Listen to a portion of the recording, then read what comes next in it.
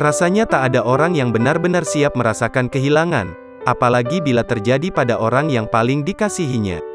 Hal itu pula yang dialami seorang anak laki-laki di sebuah video unggahan akun TikTok @daengmaswa. Di video tersebut terlihat seorang anak laki-laki yang menangis sesenggukan lantaran ditinggalkan selama-lamanya oleh sang ayah.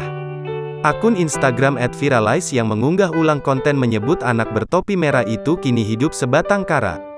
Tampak sang anak yang menangis terseduh-seduh di samping jenazah ayahnya.